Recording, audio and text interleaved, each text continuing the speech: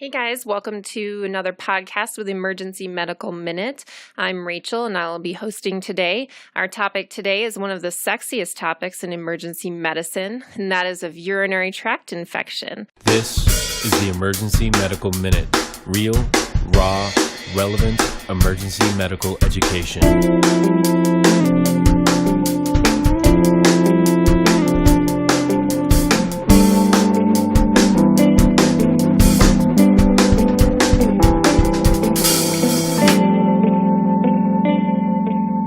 Please enjoy the show.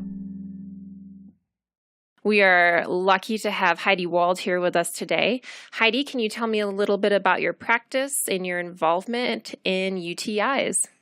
Great, absolutely. Thanks, Rachel. I'm excited to be chatting about this very important topic. So I am a geriatrician with internal medicine training. I am faculty at University of Colorado, where I'm an associate professor, and my clinical practice is in the acute setting. I'm kind of a geriatrician hospitalist, so we have an acute care for the elderly unit where we admit patients, preferably over the age of 75, with acute medical issues. And so urinary tract infection is one of our very common diagnoses, as you might imagine. And I became very interested. I actually started doing a lot of work. I do research in patient safety, and one of the areas of interest I had many years ago was the use of Foley catheters in frail elderly patients, and became kind of the catheter-associated UTI specialist at the university, and ran our quality improvement work around reduction of CAUTIs for many years. Actually had some federally funded grants looking at different aspects of surveillance and prevention. And then I started to move a bit more into the area of antimicrobial stewardship for UTI, but even more particularly diagnostic stewardship is what I'm calling it. So where we really want to be sure that the things that we're calling UTI and treating as UTI are in fact real clinical infections. And that interest led me to be involved with Colorado Hospital Association, where we put on a 27 hospital antimicrobial stewardship collaborative, which just wrapped up this May. And one of our areas of focus was both diagnosis and treatment of urinary tract infection. And we actually saw the kind of guideline concordant diagnoses go up, and the use of fluoroquinolones as first-line treatment go down. So we were really pleased with that success. So I guess I have multidimensional experience in the UTI space. Well, thank you for giving us a little bit of background about you as well as about your interest in this area. Today, we are actually going to be talking about debunking some myths surrounding urinary tract infection and diagnosis, as you explained. So the first one that we're going to be chatting about is any change in status is likely to be a urinary tract infection. Would you like to speak to that for us and tell us your feelings about that statement? All right, absolutely. So I think there are a lot of myths around urinary tract infection, and a lot of my focus is going to be on the elderly. Because I think it's such a common diagnosis in the elderly and a very confusing diagnostic problem.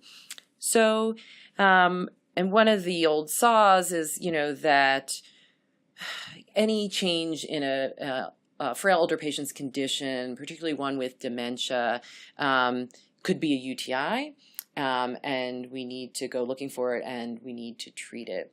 And while it's true that there are non-specific symptoms that are associated with really any infection in the elderly, the positive predictive value of any of those non-specific symptoms for an infection of the urinary tract is quite poor. And really, the CDC and all of the infectious diseases professional societies and the geriatric societies all agree that to be diagnosed with a UTI, you really need to have some sort of localizing symptom. So falls, for instance, are generally not a localizing symptom that is predictive of UTI. Confusion is a real difficult one, and I can speak to that specifically in a second. But and just, you know, lethargy, Ma's not right today, is one that you might hear. Less energy, stopped eating. Those are really, there's no reason that that points to the urinary tract over anything else. And so, and there's a danger to immediately thinking UTI for any change in condition. And the danger is that you're going to then go test. And if you test, you're going to send a UA that'll come back really quickly, and maybe a culture will be cooking, or maybe you'll wait for the UA. And the problem is, in a frail older patient, the urinary tract is not as sterile and organ system as it is in the younger patient. And so, you know, the concept of asymptomatic colonization or asymptomatic bacteriuria is one that was really first described in the young pregnant population. In that population, it's important to treat because it avoids pyelonephritis later on. Turns out that asymptomatic bacteria is well described in the frail older population. In the nursing home eligible population, north of a third of the population, depending on what study you look at, maybe up to 50% of women, and same types of numbers for men as well, have a urinary tract that is colonized with bacteria. So it is no longer that sterile space that it is in the younger person. So this is because of physiologic changes of aging. So if it turns out then that the common tests we send on the urine are actually really poor predictors. And so unless you have symptoms that point in some way to the urinary tract, a positive UA is actually probably is not helpful at all. And a negative UA is really, you know, the only time where it's helpful. So the issue of confusion in an older patient comes up a lot. And again, it's one of those things that it just turns out that confusion is no more likely to point to the urinary tract than it is to point to anything else. A lot of times in these older patients, it's simply dehydration. And what we do is, you know, tell the families to push fluids, right? They're just not hydrating. Or we tell the nursing homes to push fluids and see how they do. But, you know, if you can't elicit tenderness, discomfort of any sort, then, you know, we don't recommend going to look at the urinary tract unless you have some symptom pointing you there. Well, thanks for debunking that first myth, Heidi. The second myth that we wanted to talk about is that the urine is sterile, and therefore a positive UA always means infection and requires an antibiotic. You definitely alluded to that in your last answer, but if you wanted to expand on that thought, that would be great. Yes, absolutely. So I started kind of going into the concept of asymptomatic bacteria. And I think I drew a difference between the population it was first described in the elderly population. So there is in the pregnant population, right, there is a consequence for not treating asymptomatic bacteria. So in the frail elderly population, is there a consequence? And it turns out that actually very good studies in the older population suggest that there really is no clinical benefit to treating asymptomatic bacteria with antibiotics. So this is a really important point. And when I say good studies, most of the time elderly patients are excluded from trials. But in in the last review I looked at, there might have been 6 different trials and these are at the level of randomized controlled trials in both community dwelling frail elderly and nursing home residing frail elderly, that treatment of asymptomatic bacteria made no difference in future development of sepsis or symptomatic urinary tract infection. If you looked out forward, what it did do, it turns out that a large proportion of those patients just become colonized again. And of course, now you've exposed them to antibiotics, and actually C. diff is a increasing problem in our nursing homes. We know that our nursing home patients probably pass it back and forth to the hospital. And so, minimizing unnecessary antibiotic exposure in this population is very important. So I would also cite some other evidence that treatment of asymptomatic bacteria has been studied in other populations. So patients with catheters, chronic indwelling Foley catheters, patients with diabetes who have asymptomatic bacteria, who are not frail elders, but adults with diabetes. There's not a lot of data to treat asymptomatic bacteria in most populations. And speaking of treating asymptomatic bacteria, we would, of course, be alluding to using an antibiotic. And I think one of the common myths is that antibiotics don't cause harm and that it's a fairly benign thing to give a patient. We all feel pretty comfortable. We'd rather treat than not treat. It's definitely something that I deal with. And as a pharmacist, I'm very passionate about, withholding antibiotics when it's not appropriate. Could you speak to that myth? All right, great. Happy to talk about this one. And I wanted to point out that I didn't just kind of make these myths up out of the air. There's actually qualitative data that looked at common errors in decision-making around UTI diagnosis and treatment. And this is one of them that, well, it's not going to hurt, right? Antibiotics are one of the more benign things that we do in medicine. What's the problem with treating? So we already mentioned that treating doesn't have any clinical benefit, treating asymptomatic bacteria.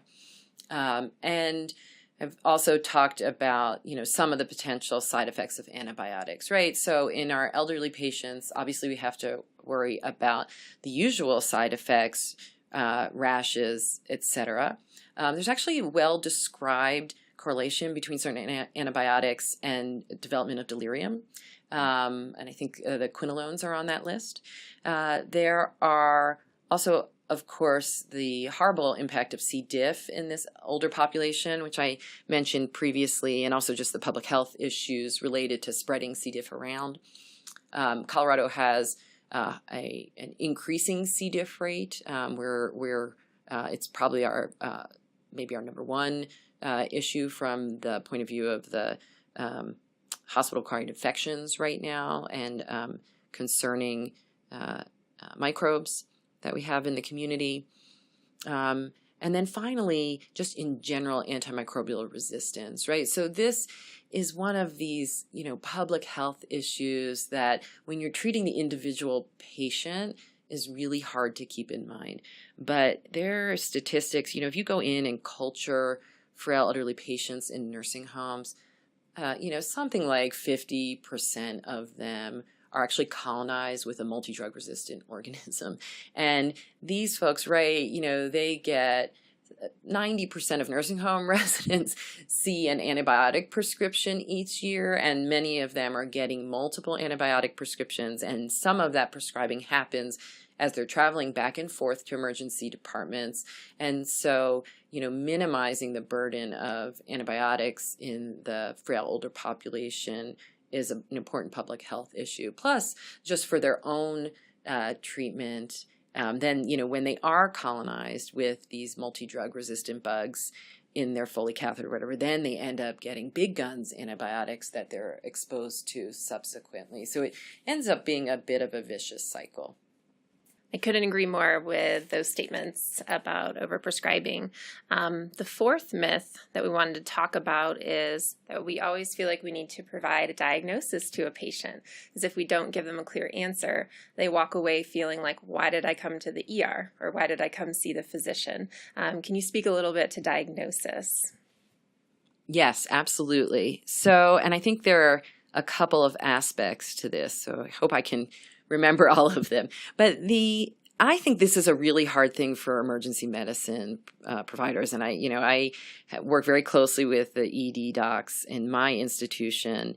I also was vice chair for quality in our Department of Medicine for over 5 years and ran the morbidity mortality conferences and the peer review.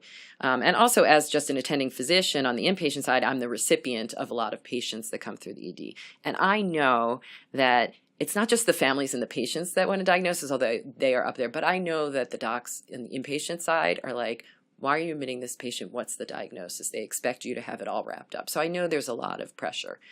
And the problem is that other people, other providers put a lot of stock into the labels that get attached to patients when they're in the emergency department.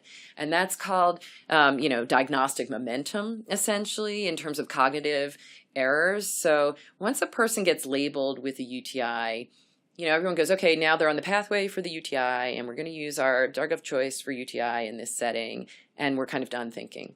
And it's a danger. And I kind of make a little bit of a side hobby out of collecting cases in frail older patients that were called UTI that later turned out to be a stroke or ascending cholangitis, or, something else. And several of them have had, delays in diagnosis, which is problematic, but also really bad outcomes. And so I would just be careful. I think UTI in a frail older patient ends up being kind of a catch-all diagnosis, like something's not right, and they had a positive UA. And I think there's a danger in that for the patients. I do also, the other thing that this reminded me of was talking about pressure from the patients and families, because I think we've kind of conditioned them to think that every change in the patient's status is going to be a urinary tract infection. And so I am sure that they're asking the nursing home providers and they're asking the ED providers for antibiotics.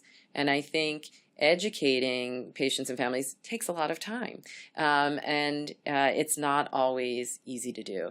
And one of the projects I'm involved in right now is working with patient and family stakeholders in the nursing home long-term care community in the Denver metro area. And we've created, based on their needs, some informational tools to help them. So we have, we're in the last stages of developing a flyer that could be handed out, and also a little video about, what is a UTI? What are antibiotics? Because believe it or not, a lot of people really don't understand antibiotics and the harms and benefits. And then, or the fact that they would ever be prescribed inappropriately.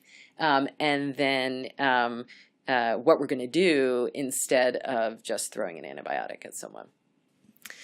Yes, I agree. And working in the ER, we get a lot of patients that are sent over from nursing homes because there's just something not right. And we're expected to come up with that diagnosis. And a lot of the times it does lead us down the pathway of, well, it's probably a urinary tract infection. They get an antibiotic. The last myth we wanted to chat about is that nursing homes can't diagnose a urinary tract infection appropriately. So could you speak to that, and maybe where we could decrease the number of patients that get transferred over to the ER for a couple hours and then immediately transferred back to their nursing home? Yeah, I think this is very hard because it's always hard to walk in the other folks' shoes. The nursing homes and our Denver community has been focused on this issue for a while. So I think practice in Denver around diagnosing UTI is probably as good as it is anywhere in the country.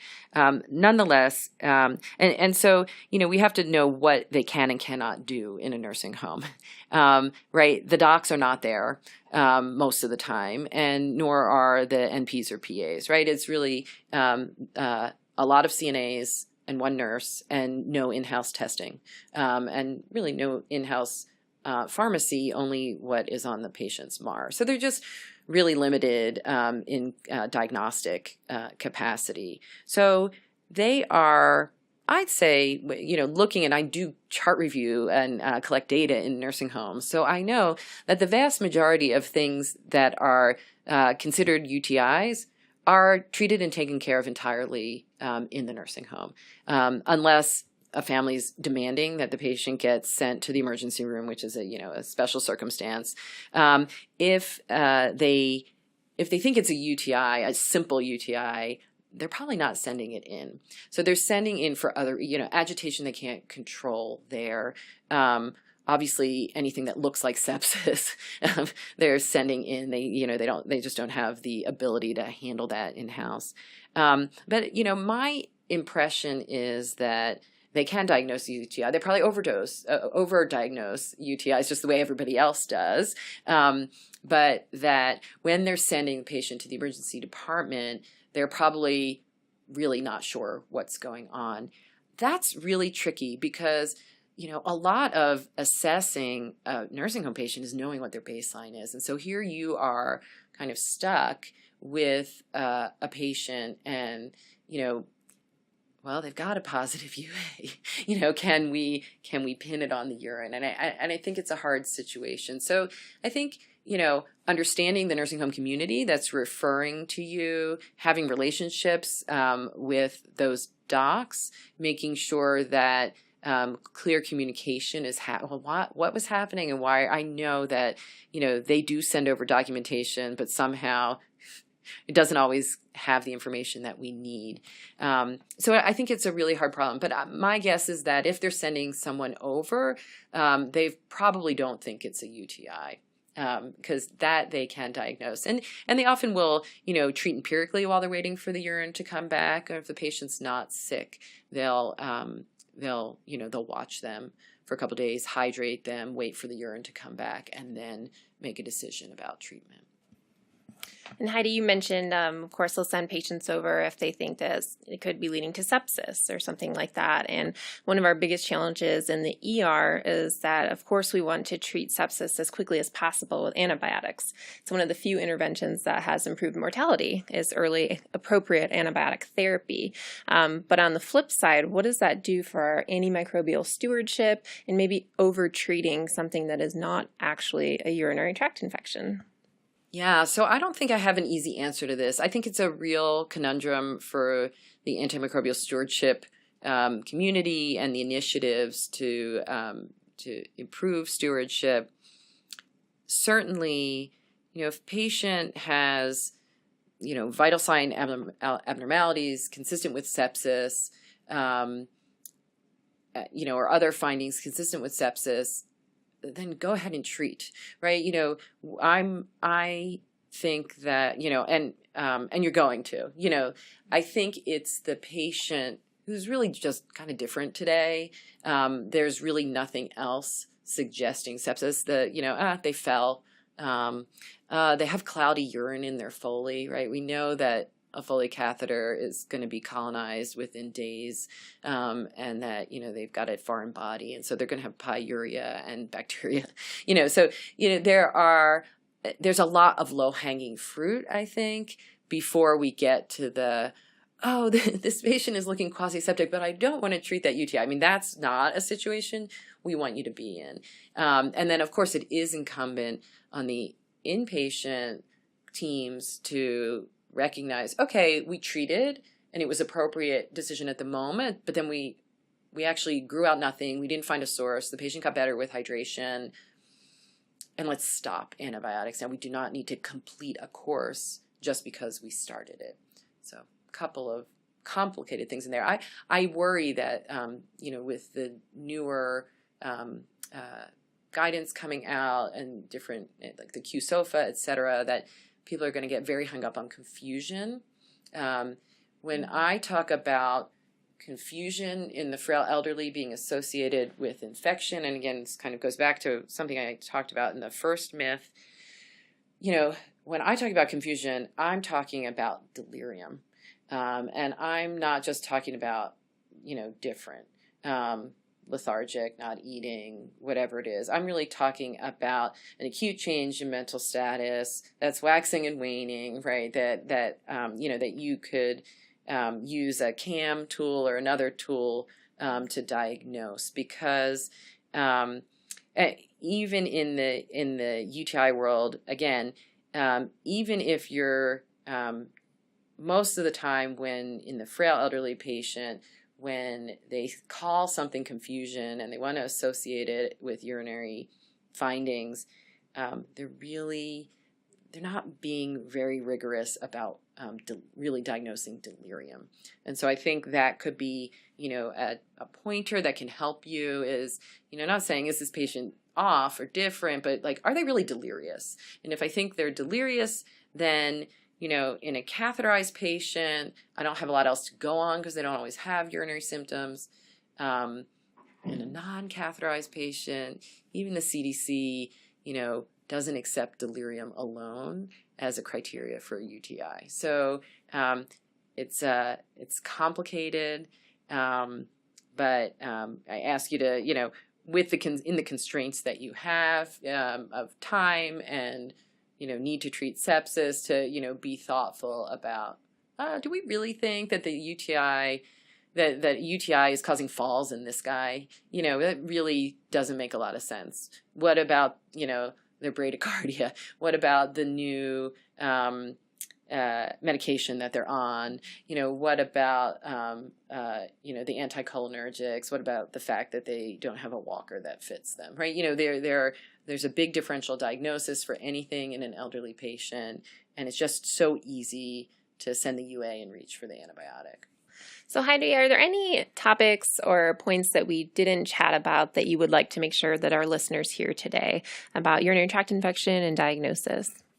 Well, I think we hit on all the big points, but I'll reiterate, the bottom line is that to diagnose a UTI, you need both a symptom that's consistent with urinary tract infection, refers to the urinary tract, and also a positive urine culture. And obviously that comes a little bit later.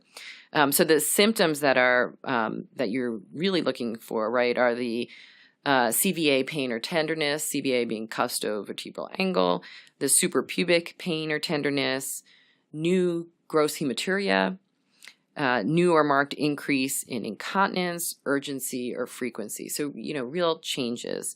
And any of those can be associated with a fever or an elevated white count. So those are really the things that are in the formal definitions of urinary tract infection. One thing I don't think I hit on enough was that I think I mentioned several times, right? The UA itself, not that helpful. The catheterized urine for sure will always have white cells in it, and after a couple days almost always have bacteria in it. It's just not helpful to look at that urine. The other thing is just a visual, like your eyeball test of the urine has actually been studied. It's not that helpful, right?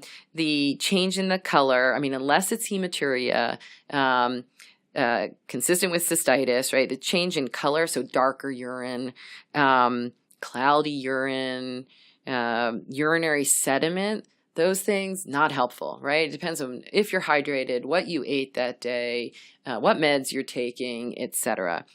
And so that fluctuates from day to day and is not necessarily associated with urinary tract infection. The other one that you get a lot, you'll hear a lot, I'm sure, is the urine smells bad, right? And that's another one, not helpful. So don't hang your hat on what the urine smells like or looks like, and you can't always hang your hat on the UA either. Really try and elicit those localizing symptoms. All right, that was a good final thought, Heidi. Thank you so much, Heidi, for being with us today and talking about this very important topic in emergency medicine, one that we see a lot in the ER. So thank you all for listening to Emergency Medical Minute podcast today.